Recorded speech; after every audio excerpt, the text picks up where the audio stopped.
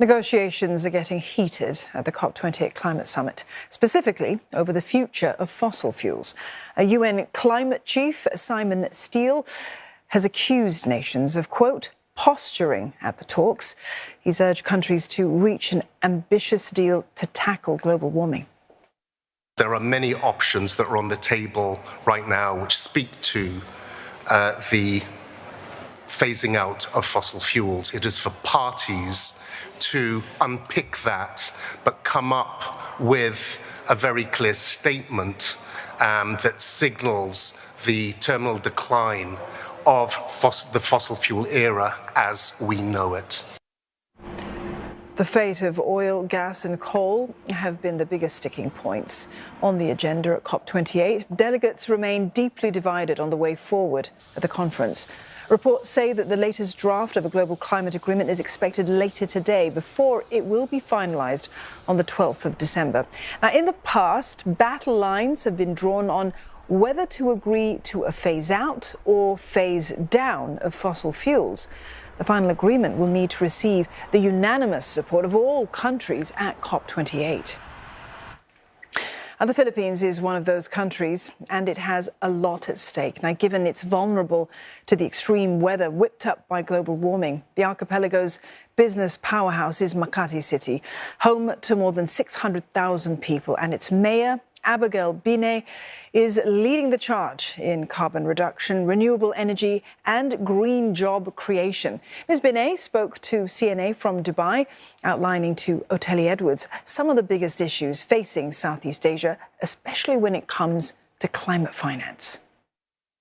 We are pushing that funding should be focused on the global south, especially the Philippines and countries in the Southeast Asia are the most vulnerable in terms of disaster, and we have the highest risk exposure in terms of climate change. So we are asking that funding be given to the most vulnerable, especially in the newly established loss and damage fund, that fund be readily available to Southeast Asian countries that are constantly being exposed to global warming and natural disasters.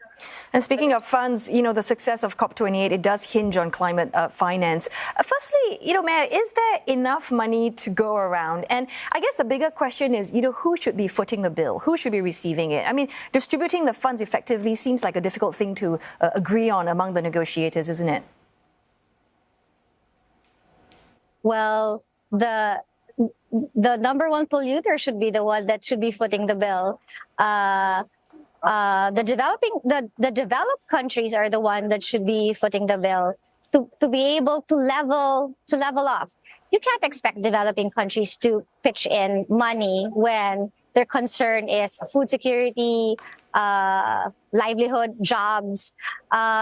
So I'm just hoping that their pledges, their commitments, they really put their money where their mouth is. And May, I suppose there is also a climate paradox for your countries. I mean, the Philippines has low per capita emissions in Asia, and yet it remains highly vulnerable to extreme weather. So how do you make the case to wealthier nations, or like what you said, the number one polluter should be footing the bill? How do you make that case that support is crucial in mitigating the impact of events like flooding and typhoons? Well, I think there's a really close collaboration between the MDBs. For us to be able to get access to financing, we have to be close and have a very good relationship with multilateral development banks, the ADBs, World Bank, AIIB. And I think what we also need to prove on a local level is when they fund local projects, it actually works. Because we have to show them that you've done this here in this city and it can be replicated in another city. Because, sometimes MDBs don't like dealing with cities because we're just too many as compared to just dealing on a national level.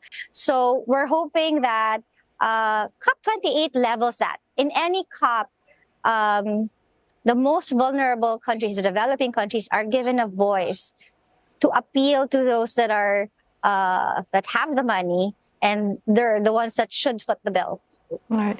And just before I let you go, Mayor, what is a successful outcome from COP28 from your perspective? Well, number one is they endorsed CHAMP, which is essentially for cities to get access to funding. Number two is the recognition of the role of local governments to fight climate change. Very controversial as to the fossil fuel phase out. I think that's something that's beyond my control. But at the end of the day, it's better than not talking. The fact that nations, people from the oil companies are here and talking is a first step, rather than just being on a hard position and hard line and not talk.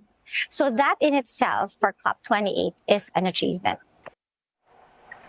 Maritime and air transport are among industries at the COP28 summit, claiming to be taking concerted steps through innovation and collaboration to speed up decarbonisation. And let's find out more from CNA's Chloe Chu. She joins us live from Dubai. Chloe, the transition to cleaner energy sources, that's a recurring theme when it comes to the aviation sector. What are some key solutions that are being discussed at the conference today?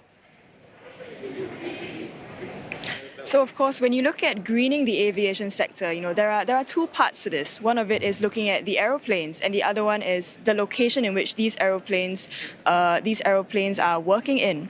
So, on Singapore's end, if we're talking about the aeroplanes, Singapore Airlines and Scoot have already put in place targets to replace 5% of their total fuel use with sustainable aviation fuels by 2030. But as I mentioned earlier, it's not just about the vehicles, but also the airports. So Changi Airport was part of one of the panels today at the Singapore Pavilion, and they were sharing about the different solutions and measures they have in place to be more sustainable. So just to give you a few examples, one of it is having solar panels on the roofs to power the activities in the building. They also harvest rainwater and use this water to re-irrigate the nurseries and the plants at the airport. And of course, they also dabble in electrification of the ground support vehicles. Now, this talk happened at the Singapore Pavilion. So pavilions at COP28 are these spaces or rooms in buildings that countries and organizations have where they hold panel discussions and facilitate partnerships and deal signings between private sector, public sector, and also between countries. So a big part of COP is really just to bring people together to share best practices and knowledge between the different countries. Chloe, let's turn to the maritime sector now. There are efforts to move shipping emissions in the right direction as well. Could you tell us about some of these efforts? On Singapore's end, there were two key partnerships or deals that were signed today. So the first one was between Pacific International Lines, that is a Singapore shipping company, and DP World, which handles about 10% of world container trade. So this will see trial shipments from a port in Dubai and other parts of Pacific International Lines network. And these shipping lines will use biofuel blend. That's a more sustainable option than the regular fossil fuels. And this is, of course, in a bid to reduce greenhouse gas emissions from these ships. And moving forward, this partnership also aims to expand to other ports, and they will explore the use of other sustainable fuels like green ammonia. Now, that's the first agreement. The second agreement was between the Maritime and Port Authority of Singapore and the ports in Los Angeles and Long Beach, California.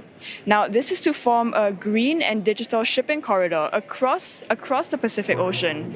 So this is really to bring the different ports together to coordinate their decarbonization efforts and also to facilitate knowledge sharing and best practices of green shipping between them.